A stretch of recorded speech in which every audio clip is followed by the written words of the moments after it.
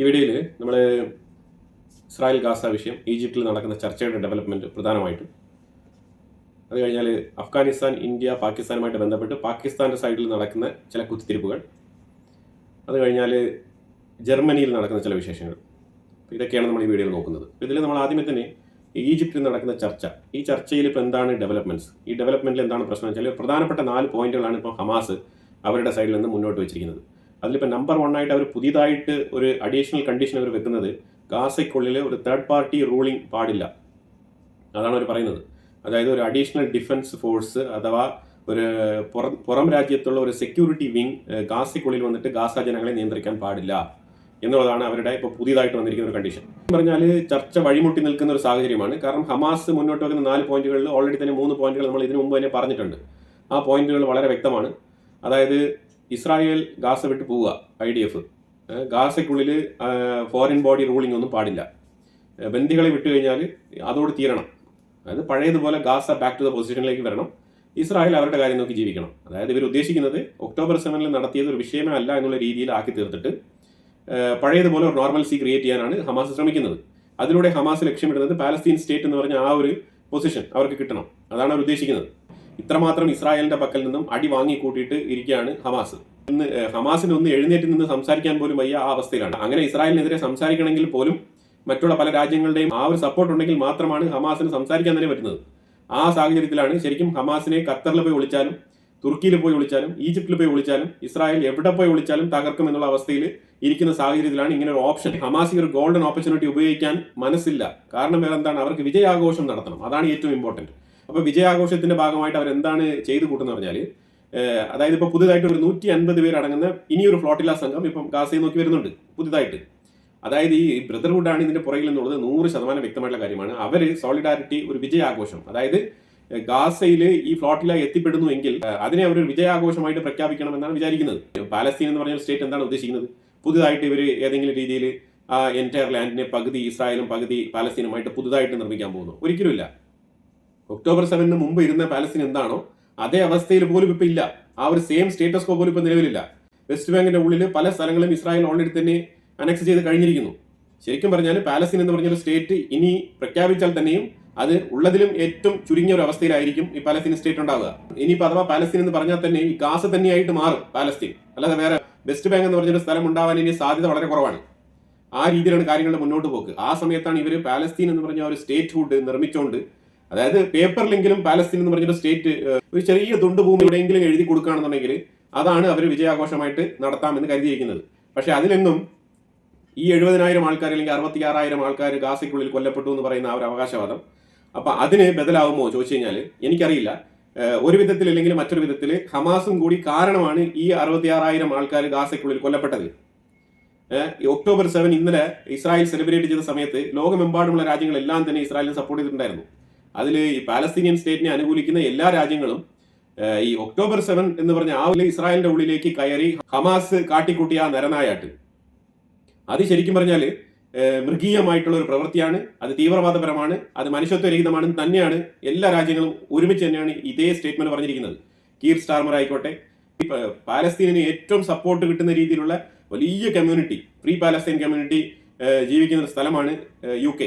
അവിടുത്തെ prime minister ആയിട്ടുള്ള കീർ Starmer തന്നെ പറഞ്ഞിരിക്കുന്നത് ഇസ്രായേലിന്റെ ഉള്ളിൽ ഒക്ടോബർ 7 നടത്തിയത് വളരെ മോശപ്പെട്ട ഹീനമായ പ്രവൃത്തി തന്നെയാണ് പറഞ്ഞിരിക്കുന്നത്. അതുപോലെ ഫ്രഞ്ച് പ്രസിഡന്റ് ഇമ്മാനുവൽ മാക്രോൺ ഇതിനെ കണ്ടംപ്റ്റ് ചെയ്തിട്ടുണ്ട്. അതുപോലെ തന്നെ പല രാജ്യങ്ങളും, ജർമ്മനി ഉൾപ്പെടെയുള്ള രാജ്യങ്ങളെല്ലാം തന്നെ സോളിഡാരിറ്റി പ്രഖ്യാപിച്ചിട്ടുണ്ട്. ഇപ്പൊ ഹമാസിന് ഒരു ഗോൾഡൻ ചാൻസ് ആണ് കിട്ടിയത്. ഇപ്പൊ അതായത് ഖത്തറിൽ ഇസ്രായേൽ നടത്തിയ ആക്രമണത്തിൽ രക്ഷപ്പെട്ടു എന്ന് കരുതപ്പെടുന്ന കുറെ നേതാക്കളുണ്ടല്ലോ, ഈ ഖാലിദ് മെഷാൽ, അങ്ങനത്തെ കുറച്ച് ടീമുകൾ. അപ്പൊ ഇവരെല്ലാം തന്നെ ഈജിപ്തിലേക്ക് വരുന്നു എന്നാണ് കേൾക്കുന്നത്.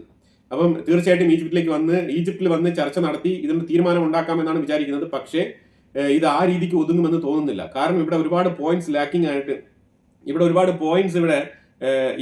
പോയിന്റ്സ് ഇവിടെ മിസ്കമ്മ്യൂണിക്കേഷൻ ആണ്. അതിലൊന്നാണ് ഈ ടോണി ബ്ലെയറുമായിട്ട് ബന്ധപ്പെട്ട ഇഷ്യൂ അവർ ഉയർത്തുന്നത്. അതായത് ഓൾറെഡി തന്നെ ബ്രിട്ടീഷുകാരാണ് ഇസ്രായേലിനും പാലസ്തീനും ഇടയിൽ ഇങ്ങനെ ഒരു പ്രശ്നം ഉണ്ടാക്കി വെച്ചത്. അതേ ബ്രിട്ടീഷുകാരെ വീണ്ടും തന്നെ ഇവിടെ കൊണ്ടുവരാൻ ഞങ്ങൾക്ക് താല്പര്യമില്ല, അത് ഏത് രൂപത്തിലാണെങ്കിലും ഞങ്ങൾക്ക് വേണ്ട എന്നാണ് പറയുന്നത് ടോണി ബ്ലെയറിന്റെ പ്രസൻസിന്.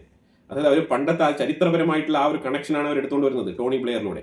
അപ്പോൾ ഇപ്പൊ പൊതുവിലുള്ള രാജ്യങ്ങളെല്ലാം തന്നെ ഹമാസിന്റെ മേലാണ് പ്രഷർ ഇടുന്നത്. ഇപ്പൊ പെട്ടുകിടക്കുന്ന രാജ്യങ്ങൾ ഖത്തർ, ഈജിപ്ത്, തുർക്കി, ഈ 3 രാജ്യങ്ങളുമാണ് ഇപ്പൊ ഈ ഒരു മീഡിയേഷനിൽ ഇടയ്ക്ക് കയറിയിട്ട് പെട്ടുകിടക്കുന്നത്. കാരണം ഹമാസിനെ ഒരു രീതിയിലും പറഞ്ഞ് മനസ്സിലാക്കാൻ ഈ 3 രാജ്യങ്ങൾക്കും കഴിയുന്നില്ല. തികഞ്ഞ പരാജയമായിട്ട് മാറിക്കൊണ്ടിരിക്കുകയാണ് ഈ ട്രംപിന്റെ ഈ 21 പോയിന്റ് നിരത്തി വെച്ച ഈ ഒരു പീസ് പ്ലാൻ. അപ്പൊ ഇത് ഏത് രീതിയിൽ മുന്നോട്ട് പോകുന്ന അറിയത്തില്ല. നെതന്യാഹുവും അതേപോലെ ഇസ്രായേലിന്റെ ഉള്ളിൽ ഫാർ റൈറ്റ് പാർട്ടിയും അടിക്കാൻ തയ്യാറായി നിൽക്കുകയാണ്. ഇപ്പൊ ഞാനിവിടെ ഫുട്ടേജ് വെക്കാം, അതിനകത്ത് സൗണ്ട് നിങ്ങൾക്ക് കഴിയും. കാരണം അവിടെ ഗാസയ്ക്കുള്ളിൽ ഓൾറെഡി ആക്രമണങ്ങൾ നടക്കുന്നു എന്ന് തന്നെയാണ് അവരുടെ വാദം. കാരണം എന്ത് തരത്തിലുള്ള പീസ് ചർച്ച നടത്തിയാലും ഹമാസ് ഇപ്പോൾ പറയുന്നത് ഇസ്രായേൽ ആണെങ്കിൽ അമേരിക്കൻ സൈഡിലുള്ള നിർദ്ദേശങ്ങൾ ഒന്നും തന്നെ കേൾക്കാൻ കൂട്ടാക്കുന്നില്ല, അവർ ദുരിതര ആക്രമണങ്ങൾ ഗാസയ്ക്കുള്ളിൽ നടത്തിക്കൊണ്ട് തന്നെയാണ് ഇരിക്കുന്നത് എന്നാണ് പറയുന്നത്. അപ്പൊ അതിന് എല്ലാ രാജ്യങ്ങളും ഒരുമിച്ച് പറയുന്നത്, നീ ആദ്യം ബന്ദികളെ മോചിപ്പിക്കും, ബന്ദികളെ മോചിപ്പിച്ചില്ലെങ്കിൽ അവൻ അടിച്ചുകൊണ്ടേയിരിക്കും. അടി എന്ന് പറഞ്ഞാൽ ചില്ലറ അടിയല്ല, ഇനി വരുന്ന അടികൾ എന്ന് പറഞ്ഞാൽ വളരെ അഗ്രസീവ് ആയിരിക്കും. കാരണം ഈ ഒരു പോയിന്റ് വരെ എത്തിച്ചിട്ട് നീ സമ്മതിക്കുന്നില്ല എന്നുണ്ടെങ്കിൽ നീ തലങ്ങ് വിലങ്ങ് അടിക്കും. അപ്പൊ അതുകൊണ്ട് ഇപ്പൊ അറബ് രാജ്യങ്ങളെല്ലാവരും കൂടി ചേർന്നിട്ട് ഹമാസിനെ പ്രഷർ ചെയ്യുകയാണ്. പക്ഷേ ഹമാസ് സമ്മതിക്കാൻ തയ്യാറല്ല. പിന്നെ അടുത്ത് ഹമാസ് പറയുന്നത് ഞങ്ങൾ ആയുധം താഴെ വെക്കില്ല എന്നാണ് പറയുന്നത്. ഇപ്പം വീണ്ടും അടുത്ത് മാറ്റി പറഞ്ഞിരിക്കുകയാണ്, ആയുധം ഞങ്ങൾ താഴെ വെക്കില്ല.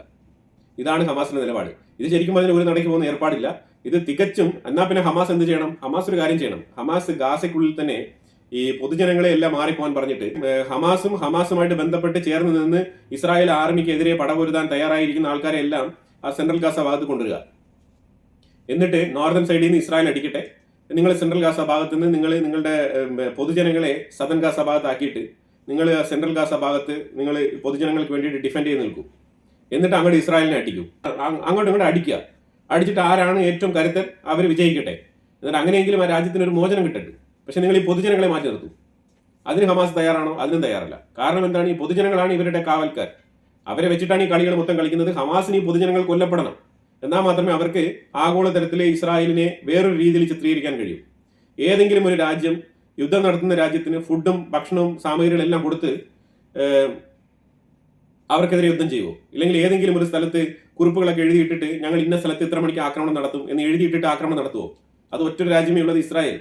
നിങ്ങൾ ഇതാ റഷ്യ ഉക്രൈൻ യുദ്ധം നടക്കുന്നു, എവിടെയെങ്കിലും കുറിപ്പ് എഴുതിയിടുന്നുണ്ടോ? ഉക്രൈൻ്റെ ഉള്ളിൽ ഇന്ന സ്ഥലത്ത് ഞങ്ങൾ ഇന്ന് ആക്രമിക്കും എന്ന് പറഞ്ഞിട്ട് ഇതാ ഉക്രൈൻ റഷ്യക്കുള്ളിൽ കുറിപ്പ് എഴുതിയിടുന്നുണ്ടോ? ഈ ഒരു യുദ്ധങ്ങൾ ആഫ്രിക്കയിൽ എത്ര യുദ്ധങ്ങൾ നടക്കുന്നു? ആരെങ്കിലും മുന്നറിയിപ്പ് കൊടുക്കുന്നുണ്ടോ? അവിടെയൊക്കെ ഹ്യൂമാനിറ്റേറിയൻ എയ്ഡുകളുമായിട്ട് ബന്ധപ്പെട്ട് ഏതെങ്കിലും തരത്തിലുള്ള ഇഷ്യൂസ് ക്രിയേറ്റ് ആവുന്നുണ്ടോ? ഒരിക്കലുമില്ല. അഫ്ഗാനിസ്ഥാൻ ഈ പാകിസ്ഥാനും ഇറാനും കൂടി ചേർന്നിട്ട്, ഇറാനാണെങ്കിൽ ഇസ്രായേൽ ഇറാന്റെ ഉള്ളിൽ ആക്രമണം നടത്തിയ സമയത്ത് കുറെ അഫ്ഗാനികളെ പുറത്താക്കിയിരുന്നു. പാകിസ്ഥാൻ ആണെങ്കിൽ കഴിഞ്ഞ 1.5 വർഷം കൊണ്ട് കുറെ അഫ്ഗാനികളെ പുറത്താക്കിക്കൊണ്ടിരിക്കുകയാണ്. ആ സാഹചര്യത്തിൽ അഫ്ഗാൻ ബോർഡറിൽ നല്ല രീതിയിലുള്ള റെഫ്യൂജി ക്രൈസിസ് ഉണ്ട്. അവിടെയൊന്നും UN ഫോക്കസ് ഇല്ല. അതായത് ഇവരൊക്കെ സെലക്റ്റീവ് ബയാസ്ഡ് ആണ്. അതാണ് ഇതിനകത്ത് മനസ്സിലാക്കാൻ പറ്റുന്നത്, സെലക്റ്റീവ് ബയാസ്. ഇന്ന് അന്റോണിയോ ഗുട്ടറസ് പറഞ്ഞിട്ടുണ്ട്, ഹമാസിന് നല്ല രീതിയിലുള്ള പ്രഷർ തന്നെയാണ് അന്റോണിയോ ഗുട്ടറസ് ആദ്യമായിട്ട് പറഞ്ഞിരിക്കുന്നത്. നിങ്ങൾ ബന്ദികളെ, ഇസ്രായേലി ബന്ദികളെ പൂർണ്ണമായിട്ട് വിട്ടയക്കൂ എന്നുള്ള സ്റ്റേറ്റ്മെന്റ് UN അന്റോണിയോ ഗുട്ടറസ് പറഞ്ഞിട്ടുണ്ട്. ഒരുപാട് നാൾക്ക് മുന്നേ അന്റോണിയോ ഗുട്ടറസ് പറയേണ്ടതാണ്. അങ്ങനെ പറഞ്ഞിരുന്നെങ്കിൽ ഒരു പക്ഷേ ഈ യുദ്ധം ഇത്രമാത്രം നീണ്ടുപോകില്ലായിരുന്നു. UN തന്നെ സപ്പോർട്ട് കിട്ടുന്നില്ല എന്ന് പറയുമ്പോഴത്തേക്കും ഹമാസിനെ അനുകൂലിക്കുന്ന കുറച്ച് രാജ്യങ്ങളും വ്യത്യസ്തമായ ചില തീരുമാനങ്ങൾ എടുക്കാനുള്ള സാധ്യത ഉണ്ടായിരുന്നു. ഇപ്പൊ അതിനൊന്നും യാതൊരു പ്രസക്തിയില്ല. പക്ഷെ എന്നാലും ഹമാസും ഇസ്രായേലും തമ്മിൽ യാതൊരു ധാരണയിൽ എത്തിയിട്ടില്ല. അപ്പൊ അതുകൊണ്ട് Israel ready to go forward. അതാണ് നമുക്ക് മനസ്സിലാക്കാൻ പറ്റുന്നത്. ഇതേ രീതിയിൽ തന്നെ എത്തിപ്പെടും എന്നുള്ളത് നമ്മൾ 2 ദിവസം കൊണ്ടേ ഇത് തന്നെയാണ് പറഞ്ഞുകൊണ്ടിരിക്കുന്നത്. കാരണം അവിടെ ചില പോയിന്റുകളിൽ കോൺട്രാഡിക്ഷൻസ് ഉണ്ട്. കാരണം ഇവർ ഹമാസിനെ കൺസൾട്ട് ചെയ്യാതെയാണ് അറബ് രാജ്യങ്ങളും ട്രംപിന്റെ കുറച്ച് അഡ്മിനിസ്ട്രേറ്റീവ് ടീമുകളും കൂടി ചേർന്നിട്ട് നെതന്യാഹു UN സംസാരിക്കാൻ പോയ സമയത്ത് നെതന്യാഹുവിനെയും കൂടി പിടിച്ചിരുത്തി കുറച്ച് പോയിന്റുകളൊക്കെ നറേറ്റ് ചെയ്തതാണ്. ഇപ്പൊ അറബ് രാജ്യങ്ങൾ, തുർക്കിയിലെ തയ്യബ് എർദോഗൻ പറയുന്നത്, ഞാൻ പലതവണയായിട്ട് ഹമാസിന്റെ നേതാക്കളെ കണ്ട് സംസാരിക്കാൻ ശ്രമിച്ചിട്ടും എനിക്ക് അപ്പോയിന്റ്മെന്റ് കിട്ടിയില്ല, അവര് സംസാരിക്കാൻ കൂട്ടാക്കിയില്ല എന്നാണ് പറയുന്നത്. അപ്പൊ അവിടെ നിന്ന് വഴുതി പോയി. ഖത്തറിനും ഇതേ അവസ്ഥ തന്നെയാണ്. അപ്പൊ ഇപ്പൊ പറഞ്ഞിരിക്കുന്നത്, ഞങ്ങൾ പറഞ്ഞ രീതിയിലുള്ള പോയിന്റുകളല്ല ഈ ഒരു 20 പോയിന്റ് എന്നുള്ള രീതിയിലുള്ള ഡിഫറൻറ്റ് സ്റ്റേറ്റ്മെന്റുകൾ ഇപ്പം ഈ ഹമാസിനെ അനുകൂലിക്കുന്ന അറബ് രാജ്യങ്ങളിൽ നിന്ന് തന്നെയാണ് ഇതേ സ്റ്റേറ്റ്മെന്റുകൾ വരുന്നത്. ആരൊക്കെയാണ് അമേരിക്കയിൽ പോയിട്ട് ട്രംപിന്റെ മുന്നിൽ നിന്നും ഈ പോയിന്റുകളൊക്കെ വായിച്ച് നിരത്തി നോക്കി ടിക്കിട്ട് സൈൻ ചെയ്ത് കൊടുത്തത്, അവരൊക്കെ തന്നെയാണ് ഇപ്പൊ ഈ രീതിയിൽ തിരിഞ്ഞു കളിക്കുന്നത്. ഇതാണ് നിലവിലെ ഇസ്രായേലും ഹമാസും തമ്മിലുള്ള ആ ഒരു അവസ്ഥ. ഇതിനകത്ത് ഇപ്പം ഏറ്റവും കൂടുതൽ പ്രഷർ ഇപ്പം പോകുന്നത് ഹമാസിന്റെ മേളിലാണ്. ബന്ദികളെ മോചിപ്പിച്ചു കഴിഞ്ഞാൽ ബാക്കി നമുക്ക് എന്താ വെച്ചാൽ സംസാരിക്കാം. ആദ്യം നിങ്ങൾ ബന്ദികളെ മോചിപ്പിക്കുക, അല്ലാതെ യുദ്ധം നിർത്താൻ കഴിയില്ല എന്നുള്ളത് ഇസ്രായേലിന്റെ വളരെ വ്യക്തമായിട്ടുള്ള തീരുമാനമാണ്. അപ്പൊ അത് ഈ ഒരു ഒക്ടോബർ 7 2 വർഷം പൂർത്തിയായി ആ ഒരു മെമ്മറിയിൽ ആ രാജ്യം നിറഞ്ഞു നിൽക്കുന്ന സമയത്ത് ഹമാസിന് ഫേവർ ചെയ്ത് കൊടുത്തുകൊണ്ടുള്ള ഒരു യുദ്ധം അവസാനിപ്പിക്കൽ നടക്കില്ല. അതാണ് പറഞ്ഞു വെച്ചിരിക്കുന്നത്. വളരെ സിമ്പിളായിട്ട് തന്നെയാണ്. ഈ ഹമാസിന് വേണമെങ്കിൽ ഈ ബന്ദികളെ വിടാതിരിക്കാം, പക്ഷെ അടി ഉറപ്പാണ്. അത് നമുക്ക് വളരെ വ്യക്തമായിട്ട് തന്നെ മനസ്സിലാക്കാൻ പറ്റുന്നു. പലരും ഈ ഇസ്രായേൽ ഖത്തറിന്റെ ഉള്ളിലേക്ക് ഒരു ആക്രമണം നടത്തിയ സമയത്ത് പലരും ഈ സോഷ്യൽ മീഡിയയിലൊക്കെ പറഞ്ഞിട്ടായിരുന്നു ഖത്തർ തിരിച്ചടിക്കണം, ഈജിപ്തും അതായത് അറബ് രാജ്യങ്ങൾ എല്ലാവരും കൂടി ചേർന്നിട്ട് ഇസ്രായേലിനെ തിരിച്ചടിക്കണം എന്നൊക്കെ പറഞ്ഞുകൊണ്ട് ചില സ്റ്റേറ്റ്മെന്റുകളൊക്കെ ഞാൻ കണ്ടായിരുന്നു. അതൊക്കെ ഇമ്പോസിബിൾ ആണ്. കാരണം ഈ പറയുന്ന രാജ്യങ്ങൾക്കൊന്നും ആ രീതിയിലുള്ള ഡിഫൻസ് ടെക്നോളജിയോ അല്ലെങ്കിൽ ഇവരുടെ അടുത്ത് ആ ഡിഫൻസ് കേപ്പബിലിറ്റി ഇല്ല. ഒരു വട്ടപൂജ്യമാണ്.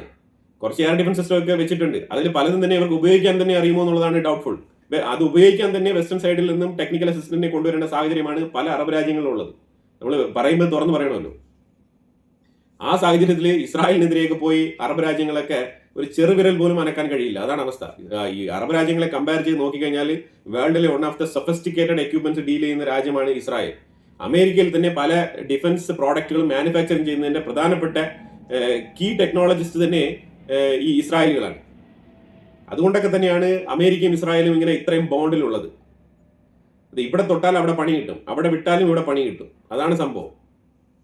അപ്പൊ അതുകൊണ്ട് ഇസ്രായേലിനെ കൈയൊഴിഞ്ഞുകൊണ്ടുള്ള അമേരിക്ക ഒരിക്കലും ഉണ്ടാവില്ല. അത് അങ്ങനെ തന്നെയാണ്. അത് ഏത് ഭരണകൂടം വന്നാലും, അത് ഡെമോക്രറ്റ് ആയാലും റിപ്പബ്ലിക്കൻസ് വന്നാലും ഇത് തന്നെയായിരിക്കും ഇസ്രായേലിന്റെ സൈഡിലുള്ള ആ ഒരു ഇത്. കാരണം സെനറ്റിൽ എത്ര ബില്ലുകൾ കൊണ്ടുപോയാലും ഇസ്രായേലിന്റെ ബില്ലാണെങ്കിൽ അത് പാസ്സായിരിക്കും. അത് ഡെമോക്രറ്റ് ആയാലും പാസ്സായിരിക്കും, റിപ്പബ്ലിക്കൻ ആയാലും പാസ്സായിരിക്കും.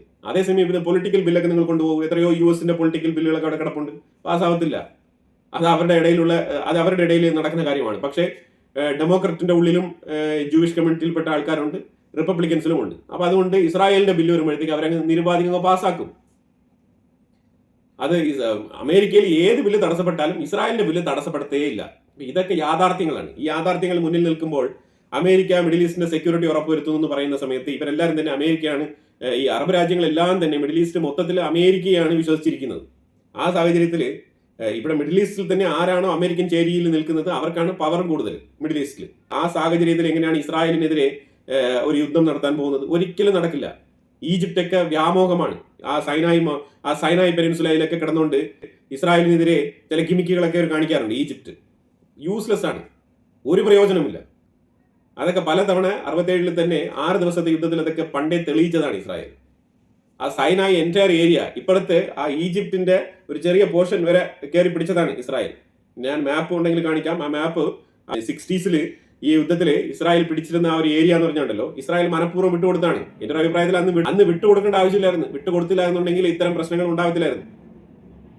ഈജിപ്തിന്റെ ഒരു എൻറ്റയർ ഏരിയ സൈനായി പെനിൻസുല മൊത്തത്തിൽ അങ്ങ് അറ്റം സിറിയയുടെ ഗോലാൻ ഹൈറ്റ്സ് വരെ ഇസ്രായേൽ കൈയടക്കിയിരുന്നു. അത് കഴിഞ്ഞിട്ട് വിട്ടുകൊടുത്താണ് ഓരോന്നായിട്ട് ചർച്ച നടത്തി.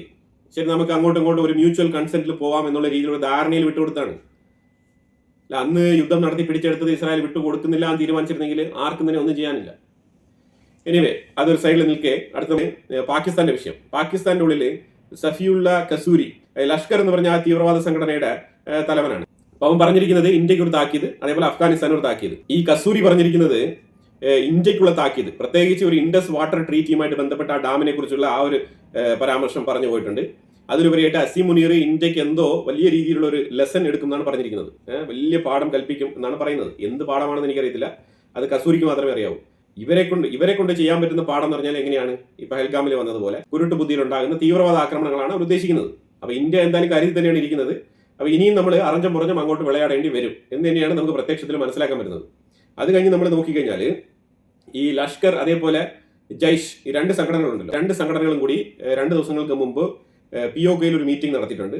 ആ മീറ്റിംഗ് കഴിഞ്ഞിട്ട് ഈ ISIയുടെ സപ്പോർട്ടോട് കൂടി ഈ 2 സംഘടനകളും ബലൂചിസ്ഥാൻ മേഖലയിൽ ബലൂചിസ്ഥാനികൾക്കെതിരെ പൊരുതാൻ വേണ്ടിയിട്ട് പോവാണ്. അതായത് തീവ്രവാദികളെ കൊണ്ട് തന്നെ അടിപ്പിക്കുക എന്നുള്ള ഒരു തന്ത്രമാണ് പാകിസ്ഥാൻ ഉപയോഗിക്കുന്നത്. ഇതുപോലത്തെ തന്ത്രമാണ് POKയിൽ അവർ പ്രയോഗിച്ചത്. അതിന്റെ പ്രതിഫലനമാണ് ഇപ്പം POKയിൽ നിന്നും പാകിസ്ഥാന് കിട്ടിക്കൊണ്ടിരിക്കുന്നത്. പാകിസ്ഥാന്റെ ആർമിക്ക് പോലും അവിടെ പോകാൻ പറ്റത്തില്ല എന്നുള്ള അവസ്ഥയാണ്. POKയിൽ അടിച്ചു ഓട്ടിക്കുന്ന അവസ്ഥയാണ്. ഇപ്പൊ 13-14 ദിവസങ്ങളായിട്ട് അവിടെ പ്രക്ഷോഭം അടങ്ങിയിട്ടില്ല. ആ രീതിയിലാണ് POK കടന്ന് പോകുന്നത്. ഇപ്പുറത്ത് ബലൂചിസ്ഥാൻ മേഖലയിൽ ഇപ്പൊ ഇവരെ ഈ ലഷ്കർ ടീമുകളെയും ഈ ജയ്ഷ് ടീമുകളെയും ഒക്കെ കൊണ്ട് അങ്ങോട്ട് വിടുകയാണ്. മറ്റേ ബലൂജ് മേഖലയിൽ നിങ്ങൾ പോയിട്ട് ഒന്ന് കൺഫെൻഡ് ചെയ്യാൻ വേണ്ടിയിട്ട്. അപ്പൊ ഇനിയിപ്പോൾ എത്ര എണ്ണം അവിടെ ചത്ത് വീഴുന്നുള്ളത് നമുക്കറിയില്ല.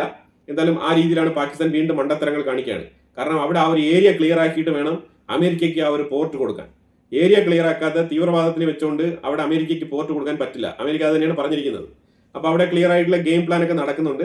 അത് ഏത് രീതിയിൽ സക്സസ് അറ്റൈൻ ചെയ്യുന്നുള്ളത് നമുക്ക് അറിയില്ല. പക്ഷെ എന്തായാലും നിലവിലെ പാകിസ്ഥാന്റെ ആ ഒരു കുതന്ത്രങ്ങൾ തന്നെയാണ് മുന്നോട്ട് പോകുന്നത്. ഇനിയിപ്പം ജർമ്മനിയുമായിട്ട് ബന്ധപ്പെട്ട ഒരു വിഷയം കൂടി പറഞ്ഞ് ഞാൻ ഈ വീഡിയോ അവസാനിപ്പിക്കാം. പൊതുവിലെ റിട്ടയർമെന്റ് പ്ലാൻ എന്ന് പറയുന്നത് 58 വയസ്സ്.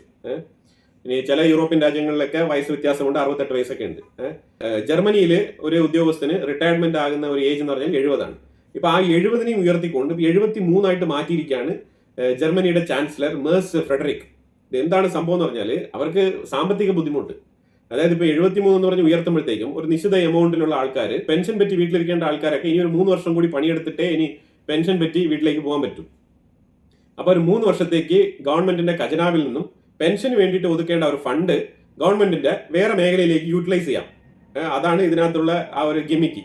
അപ്പൊ ഈ ഒരു തന്ത്രമാണ് ഇപ്പം മെർസ് ഫ്രെഡറിക്ക് പ്രയോഗിക്കുന്നത്. കാരണം അത്രമാത്രം സാമ്പത്തിക ബുദ്ധിമുട്ട്, ഈ സാമ്പത്തിക ഞെരുക്കം, ഇതാണ് ഇപ്പൊ ജർമ്മനിയെ ഇപ്പം അവതാളത്തിലാക്കിയിരിക്കുന്നത്. പക്ഷേ ഇത് എക്സ്പോസ്ഡ് ആവുന്നതുകൊണ്ട് ഇത് ഗവൺമെന്റിന്റെ ഇങ്ങനത്തെ നയങ്ങൾ കാണുമ്പോഴാണ് ആൾക്കാർക്ക് കുറച്ചുകൂടെ ഭീതി ഉണ്ടാവുന്നത്.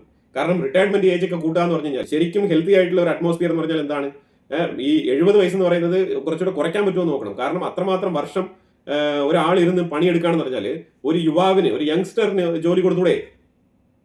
അപ്പൊ നിങ്ങളൊന്ന് ആലോചിച്ച് നോക്കൂ, ഈ 70 മുതൽ 73 വയസ്സിന് ഉയർത്തുമ്പോഴത്തേക്കും എത്രമാത്രം ആൾക്കാരുടെ ആ ഒരു വർക്കിംഗ് പീരീഡ് ആണോ എക്സ്റ്റെൻഡ് ആകുന്നത്, അത്രമാത്രം യുവാക്കൾക്ക് കിട്ടേണ്ട ജോലി 3 വർഷത്തേക്ക് താമസിക്കുകയാണ്. 3 വർഷം ലേറ്റ് ആയിട്ടായിരിക്കും ഒരു യുവാവിന്. ഇപ്പൊ 70 വയസ്സിൽ ഒരാൾ റിട്ടയർഡ് ആയി കഴിഞ്ഞാൽ അവിടെ ഒരു റീപ്ലേസ്മെന്റ് വരും. അപ്പൊ ആ റീപ്ലേസ്മെന്റ് 3 വർഷം കൂടെ താമസിക്കുകയാണ്. പഠിച്ചിട്ട് ജോലി കിട്ടാൻ വേണ്ടിയിട്ട് കാത്തിരിക്കുന്ന യുവാക്കളെ കുറച്ചുകൂടെ ക്ഷീണിതരാക്കും. ഇങ്ങനെയുള്ള പല രീതിയിലുള്ള സൈക്കോളജിക്കലി പല രീതിയിലുള്ള ബുദ്ധിമുട്ടുകൾ ഉണ്ടാക്കും. എനിവേ, അത് അവരുടെ രാജ്യത്ത് യുവാക്കളൊക്കെ കുറവാണ്. അപ്പൊ അതുകൊണ്ട് ഇന്ത്യക്കാരെയൊക്കെ കൂടുതൽ അവരങ്ങോട്ട് ക്ഷണിക്കുന്നുണ്ട്. അതേസമയം പലരും 70 വയസ്സിൽ റിട്ടയർഡ് ആയി വീട്ടിൽ പോയാൽ മതി എന്ന് ഇരിക്കുന്ന ആൾക്കാരൊക്കെ ഉണ്ട്. അവരൊക്കെ ഇപ്പോൾ ഫോഴ്സ്ഫുള്ളി 3 വർഷം കൂടി പണിയെടുക്കണം എന്നുള്ള സാഹചര്യത്തിൽ എത്തിപ്പെട്ടിരിക്കുകയാണ്. ഇനി അഥവാ ജോലി നിർത്തി വീട്ടിൽ പോയാലും ഈ 73 വയസ്സ് കഴിയുമ്പോഴായിരിക്കും പിന്നെ പെൻഷൻ കിട്ടി തുടങ്ങുക. അങ്ങനത്തെ ചില പ്രശ്നങ്ങളൊക്കെ അവിടെ ഉണ്ട്. അപ്പൊ ഇത് ശരിക്കും പറഞ്ഞാൽ എക്സ്പോസ്ഡ് ആവുകയാണ്. ശരിക്കും പറഞ്ഞാൽ ജർമ്മനിയുടെ സാമ്പത്തിക മേഖല, എക്കോണമി ശരിയല്ല എന്നുള്ളതാണ് കാതലായ വിഷയം. അതാണ് മനസ്സിലാക്കേണ്ടത്. ഇനി SPD എന്ന് പറഞ്ഞൊരു പാർട്ടിയുണ്ട്, അതായത് സോഷ്യൽ ഡെമോക്രാറ്റിക് പാർട്ടിയാണ്. ഈ പാർട്ടിയുടെ പാനലിൽ നിന്ന് വിജയിച്ച ഒരു ലേഡി ഉണ്ട്. അവരാണ് റീസെന്റ് ആയിട്ട് മേയറായിട്ട് വിജയിച്ചു വന്നിരിക്കുന്നത്. ഐറിസ് സ്റ്റാൽസർ എന്നാണ് ഈ ലേഡിയുടെ പേര്, ഐറിസ് സ്റ്റാൽസർ. ഇപ്പൊ ഇവര് വീട്ടിന്റെ സൈഡിൽ നിന്ന് ഇറങ്ങി ഇങ്ങനെ അവരുടെ ജോലിയുമായിട്ട് ബന്ധപ്പെട്ട് ഇങ്ങനെ നടന്നു വന്നുകൊണ്ടിരുന്ന സമയത്ത് 3 പേര് വന്ന് അവരെ കത്തി ഉപയോഗിച്ച് മർദ്ദിച്ചു മീൻസ് തലങ്ങും വിലങ്ങും കുത്തി. അതാണ് സംഭവം. അങ്ങനെ ആ ഒരു കുത്തേറ്റ് അവര് അതീവ ഗുരുതര അവസ്ഥയിൽ ഇപ്പൊ ഹോസ്പിറ്റലൈസ്ഡ് ആണ്. ഇപ്പം അതീവ ഗുരുതര അവസ്ഥയിൽ ഇപ്പം ആശുപത്രിയിൽ ചികിത്സയിലാണ്. ജീവൻ രക്ഷപ്പെടുമോ ഇല്ലയോ എന്നുള്ളത് അറിയില്ല. അതാണ് അവസ്ഥ. ഈ ഡെമോക്രാറ്റ് പാർട്ടിയിൽപ്പെട്ട ഈ ഒരു ലേഡിയെ കുത്തിയത് ശരിക്കും റെഫ്യൂജികളാണെന്നാണ് പറയുന്നത്. ജർമ്മനിയിലാണെങ്കിൽ AFD എന്ന് പറഞ്ഞ ഫാർ റൈറ്റ് പാർട്ടിക്കാണ് ഇത്തവണത്തെ ഭൂരിപക്ഷം. ഏതാണ്ട് 26% വോട്ട് അവർ മാത്രം നേടിയിട്ടുണ്ട്. മറ്റുള്ള ഒരു പാർട്ടിക്കും ആ രീതിയിൽ ഡോമിനേഷൻ ഇല്ല. ഇപ്പൊ ഭരിച്ചുകൊണ്ടിരിക്കുന്ന മെർസ് ഫ്രെഡറിക്കൊക്കെ ഈ ജോയിന്റ് പാർട്ടി കൂട്ടുകക്ഷി ഭരണത്തിലാണ് ഇപ്പോൾ ഉള്ളത്.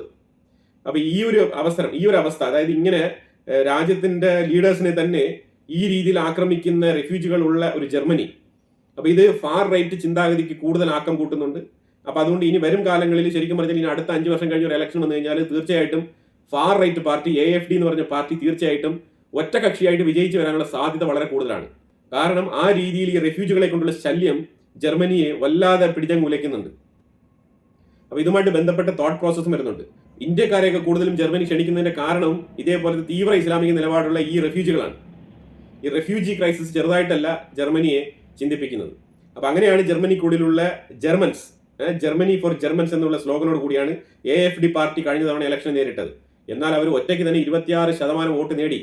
അവര് ഇനി ഒരു 50% വോട്ടും കൂടെ നേടിക്കഴിഞ്ഞാൽ ഇപ്പൊ എത്രയാണോ വോട്ട് വിഹിതം കിട്ടിയിരിക്കുന്നത് അതിന്റെ ഒരു ഇരട്ടി കൂടി കിട്ടിക്കഴിഞ്ഞാൽ തീർന്ന് ക്ലീൻ സ്വൈപ്പാണ്. ബാക്കിയുള്ള ജർമ്മനിയിലെ മറ്റുള്ള ഡെമോക്രാറ്റിക് പാർട്ടികൾ എല്ലാം തന്നെ വീട്ടിൽ പോയിരിക്കാം. അതാണ് അവസ്ഥ. ജർമ്മനിയിൽ ഫാർ റൈറ്റ് ഭരണത്തിൽ വന്നു കഴിഞ്ഞാൽ അവിടെ സംഭവിക്കാൻ പോകുന്നത് ഈ റെഫ്യൂജികളെയൊക്കെ ആദ്യം ചാക്കിൽ കെട്ടി തിരിച്ചയക്കും. അതാണ് സംഭവിക്കാൻ പോകുന്നത്. വിസ ഉണ്ടെങ്കിൽ തന്നെയും ക്യാൻസൽ ആക്കി തിരിച്ചയക്കും. ഇപ്പൊ ട്രംപ് എന്താണ് ചെയ്തുകൊണ്ടിരിക്കുന്നത്, ആ സെയിം പോളിസി അവിടെ റിപ്ലിക്കേറ്റ് ചെയ്യും. ഇതാണ് സംഭവിക്കാൻ പോകുന്നത്. വെറുതെ വാതിൽ തുറന്നു കൊടുത്ത് നിങ്ങൾ ഇവിടെ വന്ന് ജീവിച്ചോ, നിങ്ങളുടെ നാട്ടിൽ അടിയും വെട്ടും കുത്തും വഴക്കുമല്ലേ, അപ്പൊ ഇവിടെ നിങ്ങളുടെ മക്കളെയും പോറ്റി നിങ്ങൾ സ്കൂളിലൊക്കെ വിട്ട് മാന്യമായി ഇവിടെ ജീവിച്ചോ എന്ന് പറയുമ്പോഴത്തേക്കും ഇവർക്ക് അവിടെയും പോകണം, അവിടെ പോയിട്ട് മോസ്ക് പണിയണം, ഇവർക്ക് ശരീഅത്തിലോ അവിടെ കൂട്ടിച്ചേർക്കണം, അവിടെ മുസ്ലിം വ്യക്തി നിയമങ്ങൾ കൊണ്ടുവരണം. ഇങ്ങനെയുള്ള ചില കുതർക്കമായിട്ട്, അതായത് അവരുടെ സോവറിനിറ്റിയെ നശിപ്പിക്കുന്ന എല്ലാ പരിപാടികളും ഇവർക്ക് ചെയ്യണം.